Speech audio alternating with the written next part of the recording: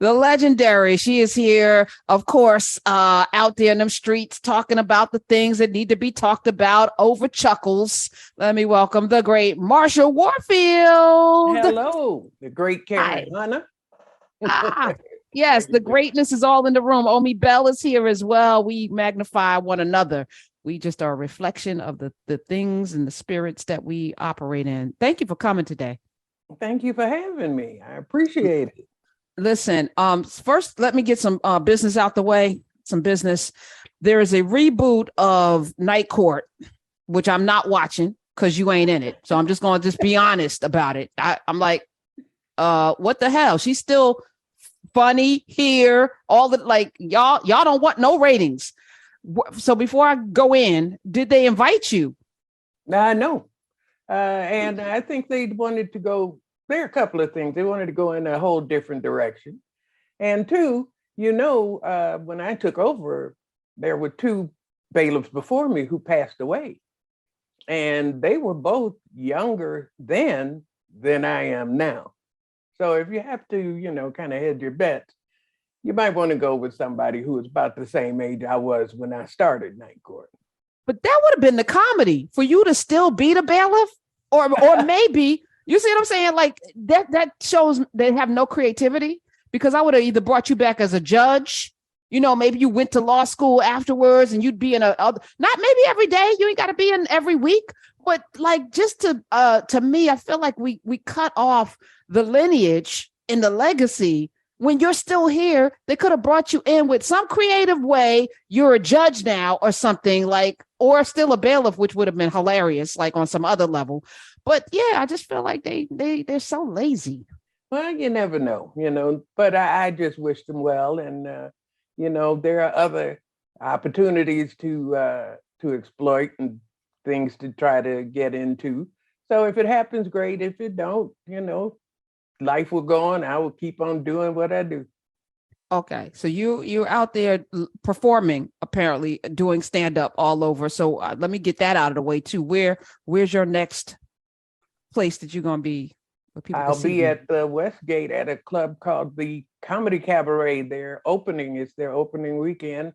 I'll be there from the 9th to the 11th at 10 o'clock. So with Kathleen Dunbar and Kirk McHenry. I don't know him, but I look forward to meeting him, and I think it's going to be a great show. All right. So where's the Westgate? Where's that? This Los Angeles? Where? It's here, Vegas. Vegas. Las Yeah. Vegas. Okay. All right. So y'all in Vegas or in LA near Vegas can drive there. The 9th and the 11th. That's Thursday through Sunday. So Thursday, Friday, Saturday. Thursday through Saturday, 10 p.m. You can see Marsha Warfield. And then are you just doing Vegas dates? I have a couple of other things coming up. We're not ready to talk about it, but we're working on stuff right now. Okay. Now, I also see you in 9/11. Well, I used to. I didn't check this season yet because I got a lot of other things that I'm watching right now. But 911. No, is it 9? Yeah, it's 911. You play Henrietta's mama. Mm-hmm. We've talked to you about that. Are you there? Because it seemed like they were trying to phase her. I was like, what y'all doing with Aisha? Hold on now. Wait, y'all trying to make me not ever watch this again. What is happening? I don't know. I'm available if they want to have me. And, if not, like I said, there are so many other things that are possible and doable. There's the Marsha verse that has a lot of different directions to explore and exploit. So I'm, like I said, I love working the show. Angela Bassett, Aisha Hines, Tracy Toms, what's not to love? But like I said, if it happens, it happens. If it doesn't, I ain't gonna quit. Okay. You are so super zen. So I have a question about comedy, but I'm also like your whole energy is just so like, you know what? If I'm doing it, if I'm doing it, if I'm not. Were you always this way, or did you over time get here? Were you ever kind of like hustle anxious? I gotta get it. Was there something that clicked for you? Like, I'm curious about your journey. Well, I don't know. I think I've always been kind of laid back. My mother called it lazy, but basically, I just like to go with the flow. I think we work too much. I mean, I think we vibe too high. I was watching Harriet in the movies, the Harriet Tubman story, and toward the end, I noticed that my energy was here in like fight or flight mode. I was right up here and I vibrating way too high. And I realized I do this a lot. I mean, I'm always on high alert, always tense, always what's next? Where are we going? And it bothered me. I said, I'm not going to really do that. Or I'm going to try not to do that anymore and just take things as they come and deal with them as they need to be dealt with. Oh, on that. So you're doing a lot of leaning in because this country wants to forget that there was a 400-year period of enslavement and annihilation of indigenous people and robber barons and capitalism. We don't want to talk about any of that. We just want to talk about exceptionalism and patriotism. But we got here through some very interesting means, and I think the education from Arkansas to Florida to Texas to Louisiana, they want to erase books and people from history. So that keeps us at this kind of fever pitch of fight. We got to fight, right? So how do you fight in the Zen mode? Well, that's really the only way to fight, because they're coming at us with emotion, and they're coming at their supporters with emotion. They want you to be emotional and irrational. And the only way to counter it is to just, like we do the things we've been accused of doing that are supposed to be negative. I talk about the sapphire spirit, that spirit that was labeled the angry Black woman. It's a negative. She's not feminine. She's not whatever. But it's just the attitude that you can't tell me that. You simply can't tell me that. I will not listen. And it's been a constant. And I think if we embrace that spirit, you can't tell me that often manifests itself as, or it intimidates people because they're at such a fever pitch. They want you to match it so they can defeat that. Well, you can't defeat stuff. You can't tell me that. You can't tell me so.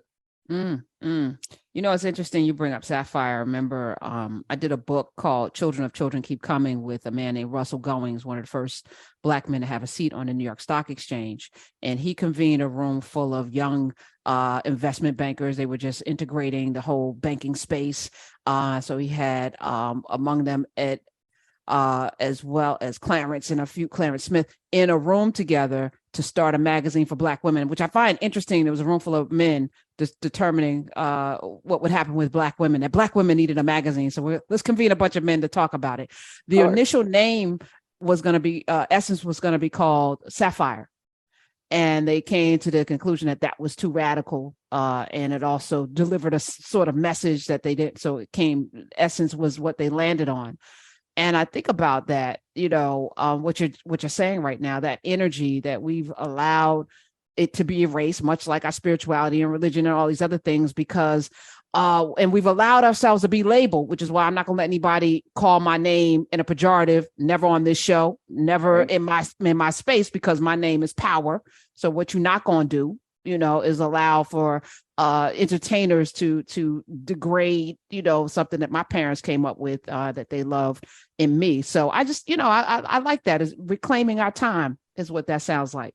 Well, in a way, but I think here again, Sapphire comes out of minstrelsy, and it's indirect because she really was born on the Amos and Andy show. That when she was labeled, she was always part of the negative Black woman stereotype, but she became Sapphire on Amos and Andy. So she's she's a modern stereotype.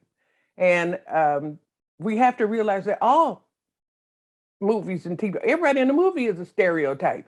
We focus on the negative stereotypes, but the white man hero trope is a stereotype. It is something that is just as not true, just as made up, but it always puts the hero as a white man. And it always puts the non-feminine, sassy Black woman as a Black woman. But that spirit has, I believe, been a constant throughout history. It's just been depicted as a yassa boss, nosa boss, or go take a flying leap. I believe the spirit of Sapphire existed on plantations, and that yassa, nosa was yassa, nosa. I'm not going to submit. I will do what I have to do to survive. But you can't tell me that. You cannot make me serve you the way you want to be served. And I believe that because we don't see that reflected in the media, we believe that there were happy slaves running around caring more about the people they served than they did about the people they were losing to sales and death and disease. So, we just have to kind of put ourselves in the shoes of our ancestors and go, now, would you have been walking around talking about, sir, yes, sir, I want to know how good you is. How you doing today? Or would you have done just what you had to do to survive? And when you think about that, when you put yourself in those shoes, those pejoratives become strengths. That's why they mock you, because it is something that takes you out of the perpetual servant class and into equality. I love that so much. You know what, Karen? Today's show may be about spirit and ancestors because I feel like that just came right on in. I love that. So I'm curious, comedy is one of those things that has been a sort of way of keeping oral tradition, that griot spirit just going. And we've been able to sort of make fun of and storytell at the same time, right? Because even the comedy is the truth of somebody and what they're experiencing. I'm curious as to what you think about it now, in terms of like, now there's so many touchy subjects. Now, like those truths are being challenged in multiple ways, whether it is gender specific or like gender norms or sexuality or relationships between people's trauma. Now people are looking at comedy a whole lot different than they used to. And I wonder what you think about that. What is your take on it, and any experiences that you may have had where you've had to adjust?